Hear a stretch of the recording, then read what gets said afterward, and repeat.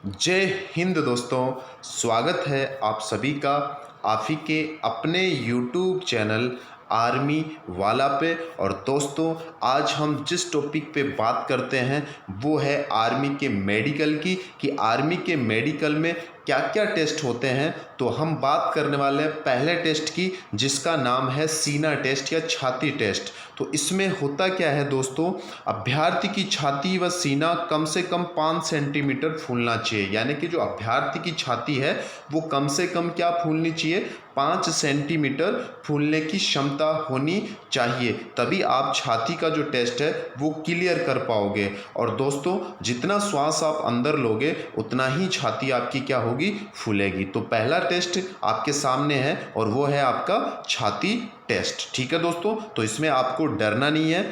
आप अंदर की तरफ श्वास खींचिए, छाती अपने आप आपकी फूलती जाएगी। ठीक है, मैं बात कर रहा हूँ दूसरे टेस्ट की। तो जो दूसरा टेस्ट है दोस्तों वो है आपके कान का टेस्ट। तो जब भी आप मेडिकल के लिए जाएं तो अपने कानों को साफ करके जाएं, क्योंकि ये कान का टेस्ट भी बहुत ही इम्पोर्टेंट टेस्ट है। तो इसमें होता क्या है, प्रत्याशी के दोनों कानों को अच्छी तरह से चेक किया जाता है कि वो दोनों कानों से प्रॉपर सुन पा रहा है या नहीं सुन पा रहा। तो ये टेस्ट भी दोस्तों बहुत ही इंपॉर्टेंट टेस्ट है।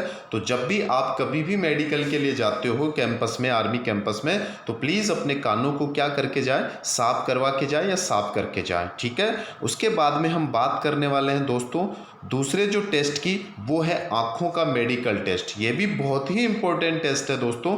इसमें अगर आप जीडी से अप्लाई करते हो या जीडी के उम्मीदवार हो तो आपकी जो आइस है वो 6/6 की होनी चाहिए। आपकी दृष्टि जो है वो कितने की होनी चाहिए, 6/6 की होनी चाहिए। और टेस्ट नॉर्मली होता है, जो स्क्रीन पे आपको अक्सर ये अल्फ़ाबेट दिख रहे होंगे, बस आपको दूर खड़ा करके इनके बारे में पूछा जाता है कि ये कौन सा अक्षर है, ये कौन सा अक्षर है। तो ये है आपके आँखों का मेडिकल टेस्ट। और दूसरी बात, अगर आप जीडी के उम्मीदवार हैं तो आपकी आंखें होनी चाहिए 6/6 की। ठीक है, और अगर आप टेक्निकल से जाते हो या मेडिकल से जाते हो या मेडिकल फील्ड से जाते हो तो दोस्तों ये आपकी आंखों का आपको छूट मिलेगी। इसमें 6/6 का होना ज़रूरी नहीं है, इसमें आपको छूट दी जाती है। लेकिन अगर आप जीडी के उम्मीदवार हो तब आपकी आंखें 6/6 होनी चाहिए। उसके बाद में जो अगला टेस्ट आता है दोस्तों, उसे हम कहते हैं colour blind test, colour vision test भी बोलते हैं दोस्तों।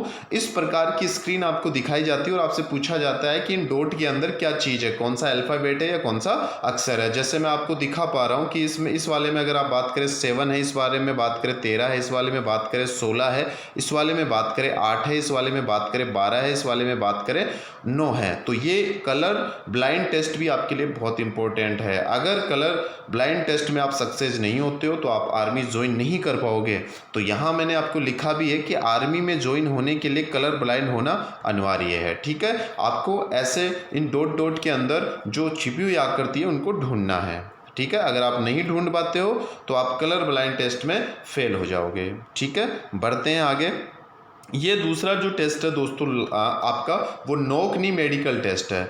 नोक-नी मेडिकल टेस्ट का मतलब मैं अगर आपको समझाऊं तो जब आप ये वाली जो पोजीशन है दोस्तों, इसे कहते हैं नोक नी मेडिकल टेस्ट। तो अगर आप ऐसे सटा के अपने जांघों को सटाते हो तो जांघें अगर आपकी टच हो रही है और आपके पैर पसर रहे हैं, ऐसा ये जो गैप आ रहा है, तो आप नोक नी मेडिकल टेस्ट यानी कि नोक नी हो जाओगे। इसमें आपको मेडिकल से बाहर कर दिया जाएगा। ठीक है, एक आता है आपका बाउ लेग। बाउ लेग का मतलब जब आप अपनी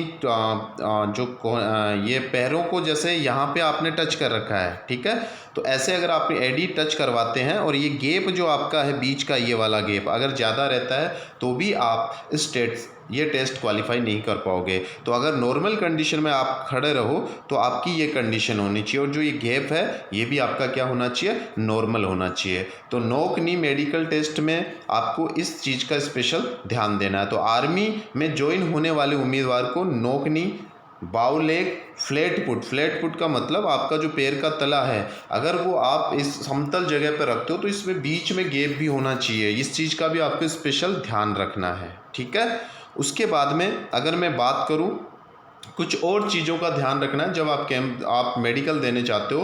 तो पहली चीज़ तो ये है गम और दांतों को स्वस्थ होना चाहिए, यानी कि आपके जो दांत है और जो मसूड़े हैं वो स्वस्थ होने चाहिए। अगर नहीं है तो आप इन्हें साफ करा के जाए। अन्यथा आपको इससे भी, अगर दांत आपके स्वस्थ नहीं हो पाते हैं तो आपको यहाँ से भी बाहर कर दिया जाता है। उसके बाद में हड्डियों में विकृति नहीं होनी चाहिए, हड्डियां जो है उसमें विकृति नहीं होनी चाहिए। जैसे आप कुब्बड़ बोलते हो, कहीं से हड्डी निकली होती है तो वो विकृति यहाँ नहीं होनी चाहिए। टेस्टिकल में प्रॉब्लम नहीं होनी चाहिए। टेस्टिकल में होता है किसी के पानी वगैरह भर जाता है या ऐसी काफ़ी बीमारियां होती है, तो ये टेस्टिकल भी नॉर्मल होना चाहिए, यानी कि कई बार हो जाते हैं पानी भरने की वजह से भारी हो जाते हैं, मोटे हो जाते हैं, तो ये टेस्टिकल में भी प्रॉब्लम नहीं होनी चाहिए। दूसरी, बवासीर जैसी बीमारी नहीं होनी चाहिए। इसी का सबसे ज़्यादा डर रहता है। एक टेस्ट होता है जिसमें आप कि ये इसी बवासीर चेक की जाती है कि आपको बवासीर की बीमारी तो नहीं है। तो दोस्तों, जब आप मेडिकल देने जाते हो तो इन चीज़ों का स्पेशल ध्यान रखें। आज के लिए दोस्तों इतना ही है। जय हिंद, वंदे मातरम। अगर आप मेरे इस YouTube चैनल पे नए हो तो प्लीज़ इस चैनल को ज़्यादा से ज़्यादा सब्सक्राइब करें और वीडियो को ज़्यादा से ज़्यादा शेयर करें और बेल आइकन को दबाना ना भूलें, ताकि जो भी मैं नए वीडियो अपलोड करूं उनका नोटिफिकेशन आप तक पहुंचे। जय हिंद दोस्तों।